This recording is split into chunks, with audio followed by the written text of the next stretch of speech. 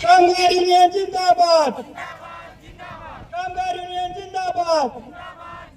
आमच्या मागण्या हक्काच्या, आमच्या मागण्या हक्काच्या. वंदे वंदे वंदे भारत माता की, भारत माता की, भारत माता की. पासून तर MBBS पर्यंतच्या योजना आहेत त्या तुम्ही बंद करून कामगारावर आळा बसवण्याचं काम हे महाराष्ट्र शासन करत आहे.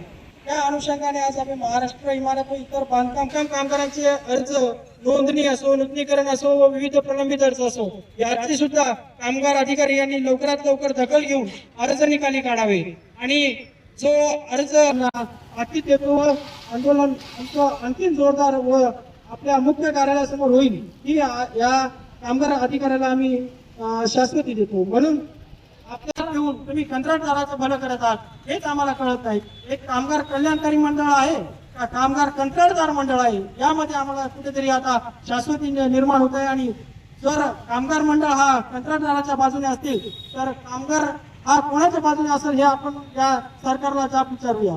त्यामुळे ज्या आमच्या मागण्या आहेत, प्रमुख मागणी 13 जुलै रोजीचा शासन निर्णय रद्द करावा. ज्या रक्त तपासणीमध्ये बोगस कामगारांना नोंदणी करून त्यांच्या कामगार नसून सुद्धा त्या लोकांचं रक्त तपासलं जाते हे सर्वप्रथम बंद झालं पाहिजे. त्यामुळे एका कामगारांना रक्त तपासणीचा खर्च 4,000 येतोय तर घरातील 5 कामगारांचा रक्त तपासल्यानंतर 25,000 कुठेतरी 20,000 या कामगार मंडळातून त्यांनी कंत्राटदाराला फायदा होतोय. हा कुठेतरी थांबला पाहिजे. यामुळे आजचं हे आंदोलन आहे आणि जास्तीत जास्त बोगस विविध लाभामध्ये झालेला आहे तो सुद्धा त्याची कठोर चौकशी करावी आणि खऱ्या कामगारांना न्याय मिळावा यासाठी आजचे धरणं आंदोलन आहे.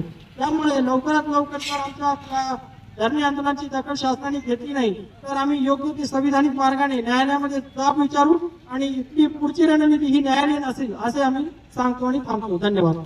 जनपरार बांधकाम कामगार संघटना महाराष्ट्र राज्य व आमच्या मी पौर्णिमा प्रमोद हेगडे मराठवाडा प्रदेश अध्यक्ष. आज जे आम्ही धरणे आंदोलन करण्याचा रिझन आहे की जे सरकारनं महाराष्ट्र इमारत बांधकाम संघटनेमार्फत काही योजना बंद करण्यात आलेल्या आहेत.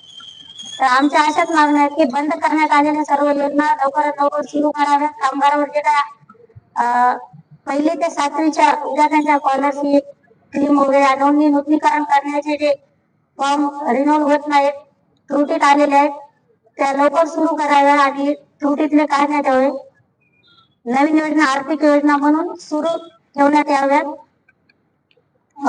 राज्यातील सर्व तालुका कामगार सुविधा केंद्रामार्फत विशेष नूतनीकरण अभियान राबवून दिनांक 26 जून 2027 पर्यंत नूतनीकरणाचे पात्र असलेले सर्व कामगारांचे अर्ज तातडीने निकाली काढण्यात यावे.